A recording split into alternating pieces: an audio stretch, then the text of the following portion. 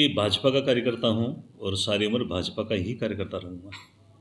दूसरी बात, क्षेत्र के काम के लिए लड़ाई लड़ रहा हूँ, अपने स्वयं के लिए लड़ रहा हूँ। तो जब स्वयं की लड़ाई हो तो स्वयं की लड़ाई तो सबसे बड़ी लड़ाई होती है ना। और ऐसा नहीं है कि भी ऑप्शन 3 है, हमारे पास ऑप्शन पहले भी एक था, आज भी एक, और सारी उम्र एक रहेगा। भाजपा के हैं, भाजपा के थे और भाजपा के ही रहेंगे। सतबीर जी, ये टकराव, ये निर्दलीय चेहरा जब आता है, जब टिकट नहीं दिया जाता, अचानक माहौल देखते हैं कि भैया मैं तो इतने सालों से सेवा करता आ रहा हूँ, मुझे टिकट नहीं मिली, लेकिन आप तो अभी टिकट लिए नहीं और उससे पहले ही निर्दलीय चेहरा। नहीं, उसका एक कारण है कि 2007 में हमने एक यहाँ खत्ते को जो एक डंपिंग यार्ड या बना रहे थे, सैनिटरी डंपिंग यार्ड बना रहे थे, उसमें 360 की सरदारी के सानिध्य में हमने ये कसम ली थी कि भाई हम पार्षद की टिकट किसी भी पार्टी से नहीं मांगेंगे, भाजपा हो कांग्रेस हो, आप तो थी नहीं। तो उस संकल्प को ध्यान में रखते हुए हमने पार्टी से निवेदन नहीं किया कि आप हमें टिकट दो। पार्टी स्वयं विचार करेगी कौन कार्यकर्ता जीत सकता है, और पार्टी अगर आदेश करेगी तो निश्चित तौर पर पार्टी की टिकट पर लड़ेंगे।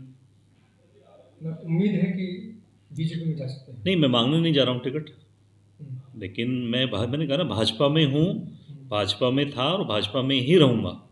तो ये जो माहौल चल रहा है, आप मैनिफेस्टो अपना लेकर आए हैं, क्या पार्टी को वजूद दिखाना चाहते हैं कि देखिए अगर कोई बीजेपी का आएगा तो मुंह की खाएगा यहाँ से। नहीं नहीं नहीं नहीं नहीं नहीं, ऐसा नहीं है। मैंने हमेशा बिल्कुल खुले मन से और स्वतंत्र विचार रखे हैं अपने, जो है ना। मैं पार्टी की जो कार्यशैली है उसी की लाइन पे चलने वाला व्यक्ति हूँ। दूसरी बात, ये संकल्प पत्र मेरे पूरे क्षेत्र का दर्द है, मेरे अपने व्यक्तियों का दर्द है। और जो 150 साल से हम यहाँ जो एक दंश झेल रहे हैं, तो उसके निवारण के लिए संकल्प पत्र जारी किया है। क्या है सर, आज तक आपने हमें दर्द नहीं बताया सर। देखिए, 150 साल से एक 8 नंबर नहर यहाँ पे निकलती है। 150 साल से उसका पानी हमारे किसानों के खेतों में भरा रहता है। फसल जब बोई जाती है उसके बाद में अगर थोड़ी सी बारिश ज़्यादा होगी तो फसलें नष्ट हो जाती हैं। सरकारें 2,000, 5,000, 10,000 दे के पीछे छुड़ा लेती हैं। मेरा अपना एक मानना है कि जब किसान के परिवार का पेट फसल से भरता है तो फसल ही नष्ट हो जाएगी तो खाएगा कहाँ से। और 150 साल पुरानी समस्या है। हमारे माननीय प्रधानमंत्री श्री स्वर्गीय श्री लाल बहादुर शास्त्री जी ने इस नहर का काम करवाया था, नहर बनवाई थी, और उसके बाद में आज तक उसमें कोई काम नहीं हुआ। उस टाइम प्रशासन की नाकामी की वजह से हरियाणा वाले क्षेत्र में, जो कि दिल्ली बॉर्डर लाइन का है, तो हरियाणा वाले क्षेत्र में 10 किलोमीटर से ज़्यादा में वो खुली है।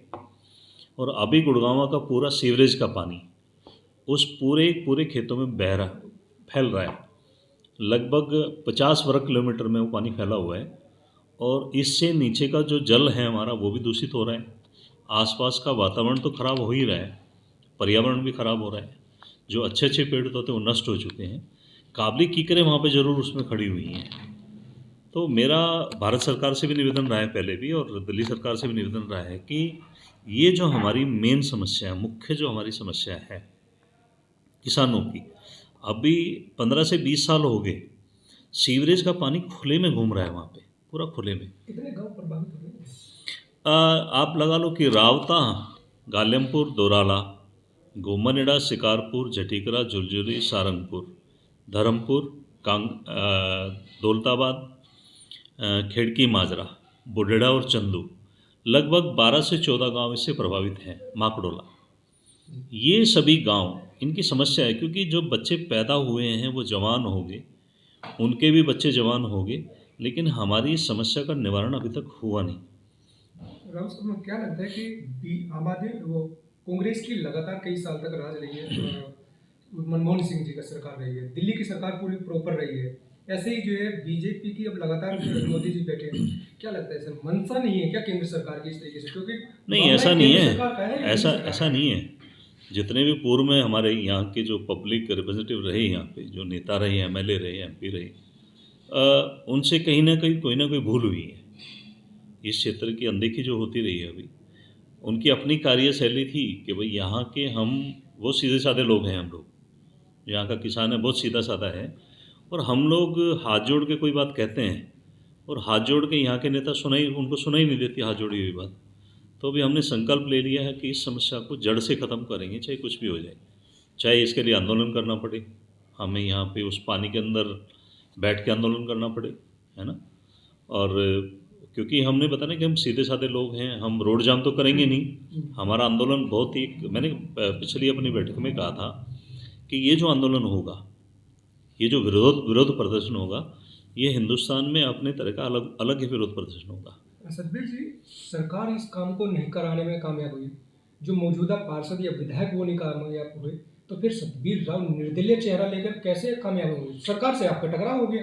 देखिए, मैं लगभग 25 साल से राजनीति कर रहा हूँ, 26 साल से भाजपा का कार्यकर्ता हूँ। मेरा सक्सेस रेट 100% है हर काम में। 100% मेरा 100% सक्सेस रेट है।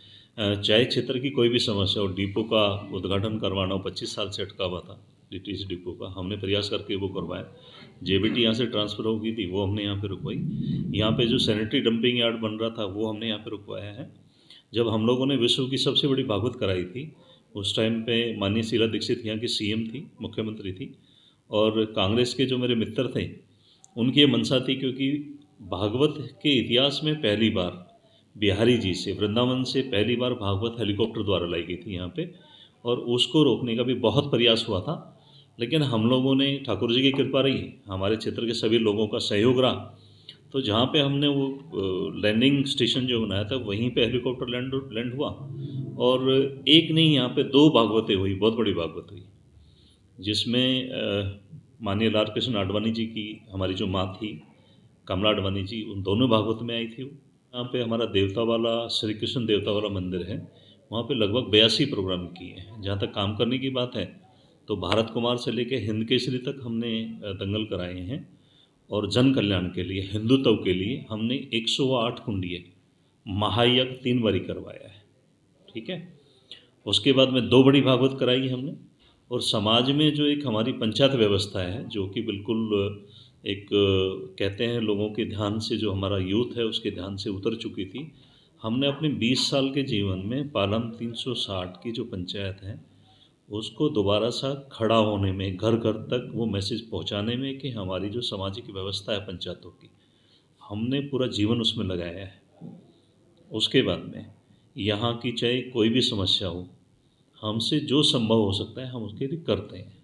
मेरा सभी क्षेत्रवासियों से निवेदन है कि भाई आप होली इस बार जितने भी लोग मना सकते हैं, अपनी हिंदू संस्कृति के हिसाब से मनाएं, और देखिए कितना मज़ा आता है। मैं अपने सभी भाइयों से कहूँगा कि एक भी हिंदू को उसमें मज़ा नहीं आए तो आके हमारा कान पकड़ना जो है। Like, share and comment. To subscribe this channel, please press the bell icon.